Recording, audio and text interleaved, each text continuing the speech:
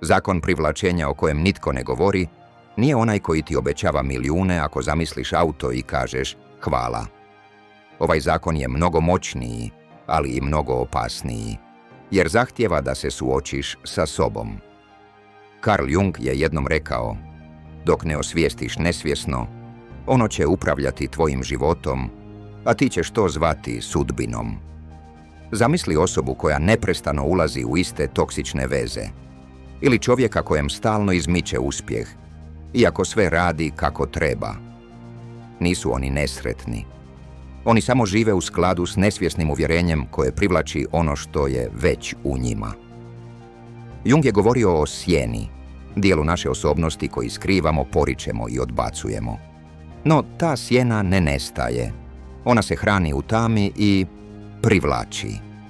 Zakon privlačenja koji Jung implicira nije afirmacija nego odraz. Privlačiš ne ono što želiš, nego ono što jesi. Ako duboko u sebi vjeruješ da nisi vrijedan ljubavi, privući ćeš partnere koji će to potvrditi. Ako u tebi vlada strah od neuspjeha, tvoje će okolnosti učiniti sve da to strahovanje postane stvarnost. I obrnuto. Ali evo što je najprovokativnije. Tvoja realnost nije tvoja sudbina. Ona je tvoj odraz.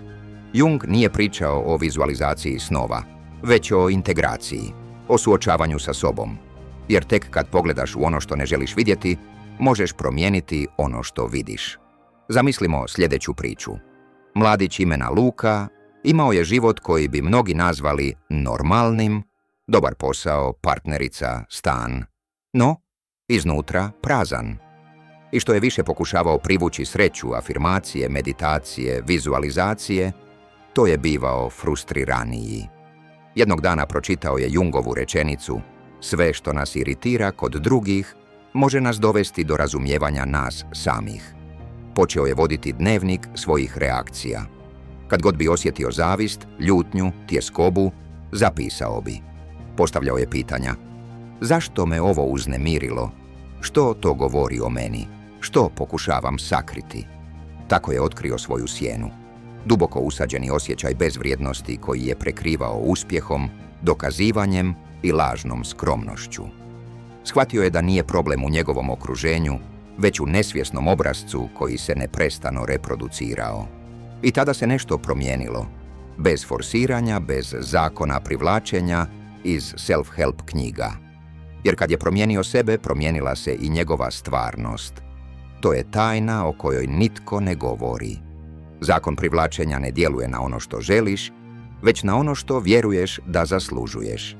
Jungov pristup zahtijeva hrabrost. Nećeš dobiti milijune preko noći, ali dobit ćeš slobodu. Unutarnju slobodu da prestaneš privlačiti ono što ti šteti i počneš graditi život koji odražava tvoju pravu prirodu, a ne tvoje rane.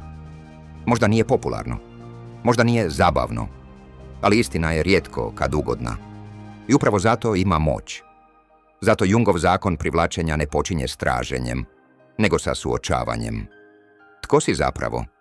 Jesi li spreman pogledati u svoju tamu i preoblikovati u svjetlo?